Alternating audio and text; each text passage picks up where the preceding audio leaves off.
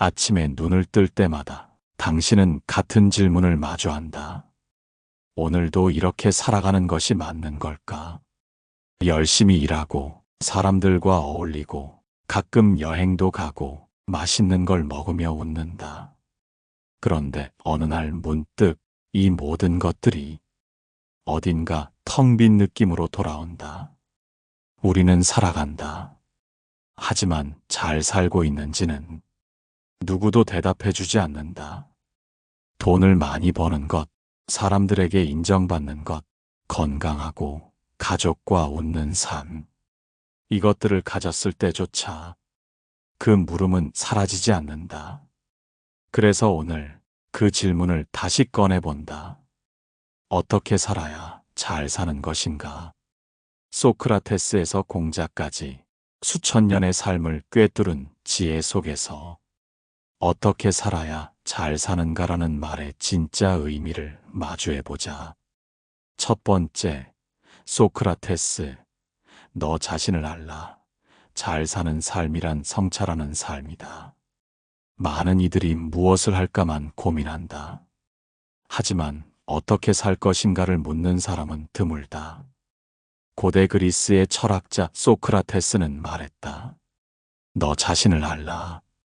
이 말은 단순한 자기소개의 기술이 아니라 삶 전체를 성찰하는 태도를 뜻한다.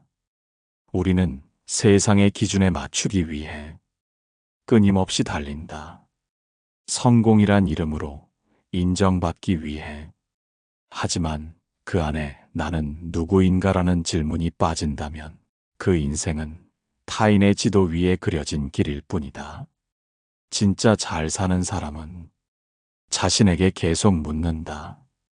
지금 나는 왜 이것을 선택하고 있는가?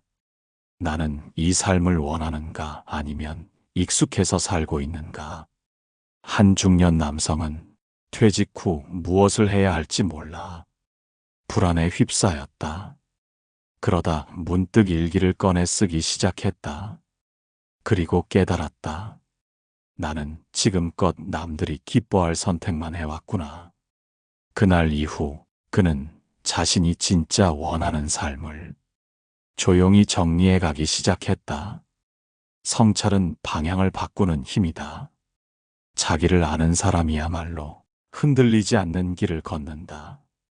두 번째, 아리스토텔레스, 행복은 습관에서 온다.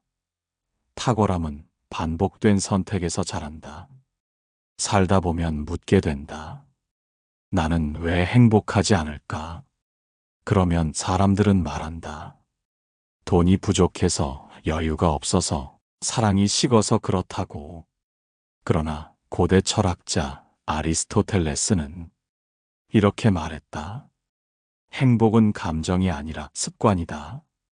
기분 좋은 날만이 행복한 것이 아니라 매일의 삶 속에 자리 잡은 반복된 품격이 진짜 행복을 만든다는 것이다. 좋은 습관은 단순한 행동이 아니다. 그 사람의 태도요, 인격이며 세계관이다. 책을 펴는 손길, 말을 아끼는 침묵, 남을 먼저 배려하는 시선. 이런 작고 반복되는 행위들이 결국 그 사람을 만든다. 한 여성은 매일 새벽 30분씩 걸었다. 처음엔 건강 때문이었다. 하지만 시간이 흐르자 그 걷는 시간은 삶을 바라보는 창이 되었다. 그녀는 말했다. 이 30분이 나를 하루 종일 단단하게 만들어줘요. 탁월함은 순간의 번뜩임이 아니라 지속되는 의지의 결과다. 행복은 거창한 변화보다 일상의 선택을 잘 반복하는 데 있다. 세 번째, 에픽테토스. 마음을 다스리는 자만이 주인이다. 세상은 우리의 마음을 자꾸만 흔든다. 누군가의 말 한마디, 예상치 못한 일, 뉴스 한 줄에도 기분은 널뛰듯 오르락내리락 한다. 하지만 로마의 철학자 에픽테토스는 말했다. 우리가 통제할 수 없는 것에 휘둘리지 말고 통제할 수 있는 것에 집중하라.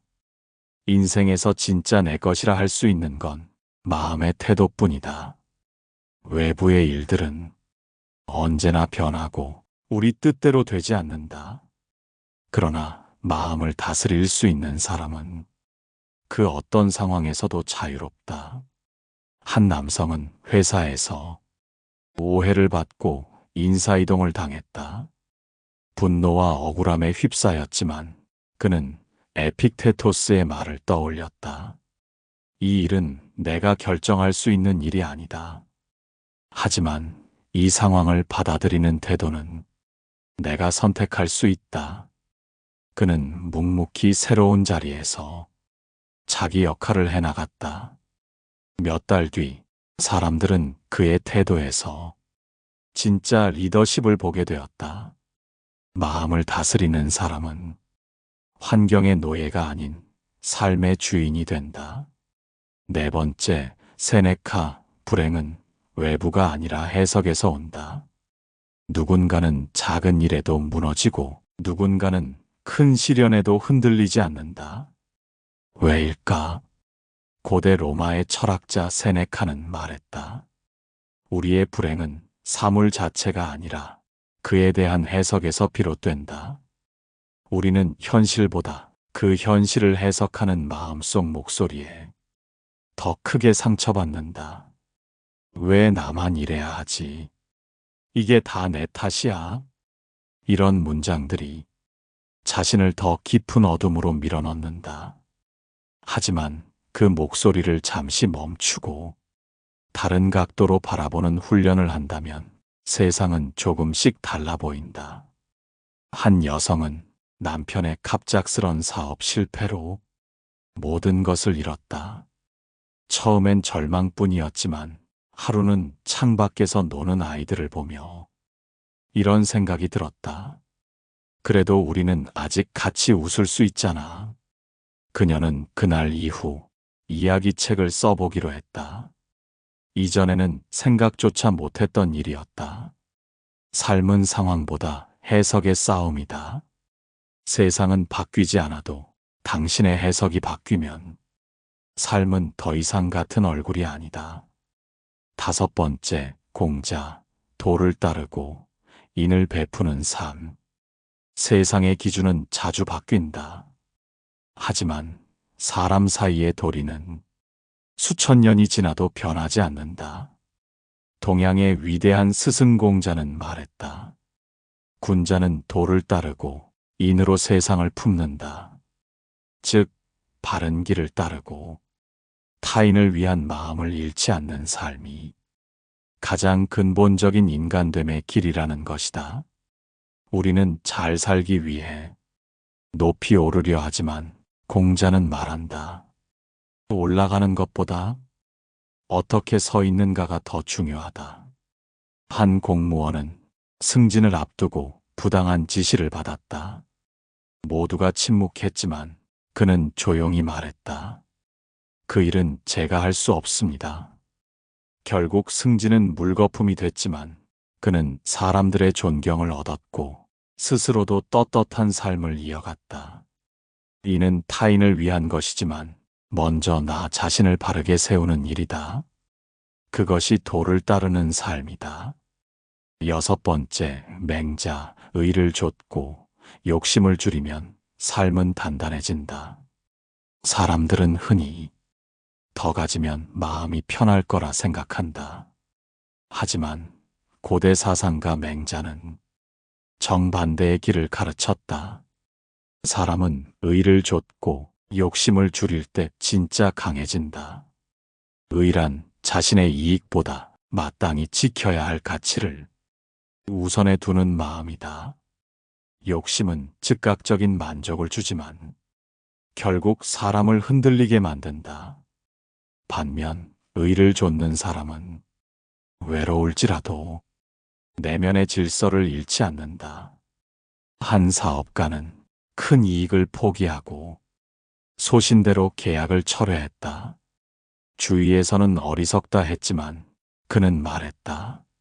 나중에 돌아봤을 때 부끄럽지 않은 선택이면 된 거지요. 의로움은 잃는 것이 아니라 스스로를 지키는 방식이다. 욕심을 덜어내는 순간 삶은 더 단단해진다. 많은 이들이 말한다. 이렇게 살아야 성공이라고, 저렇게 살아야 행복하다고. 하지만 오늘 살펴본 6명의 고대 철학자는 각기 다른 시대, 다른 땅에서 하나의 진실을 향해 걸어왔다. 잘 산다는 건 무엇인가?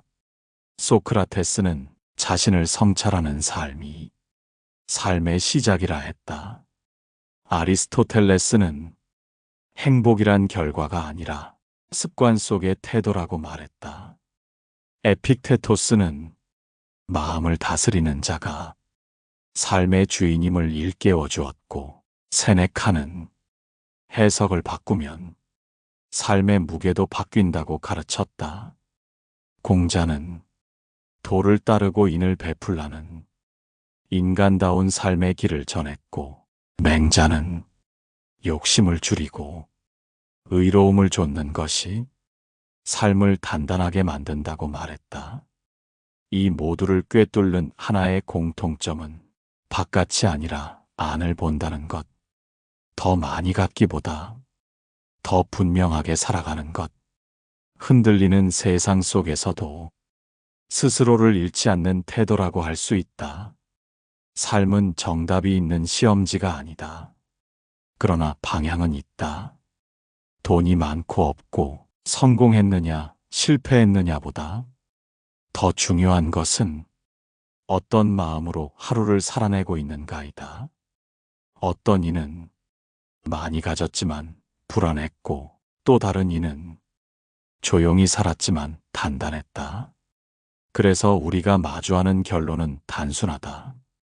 잘 산다는 건 가진 것보다 어떤 방향을 선택하며 사느냐에 달려 있는 것이다. 오늘 당신의 마음은 어디를 향하고 있는가? 매일 쌓이는 일상 속에서 잊고 있었던 당신만의 방향은 아직 그 자리에 서 있는가? 누구의 기대도 아닌 당신의 내면이 고른 선택을 하루하루 살아내고 있는가? 만약 그렇다면 당신은 충분히 잘 살고 있는 것이다. 이제 다시금 스스로를 돌아보라. 당신은 지금 잘 살고 있는가? 시청해 주셔서 감사합니다.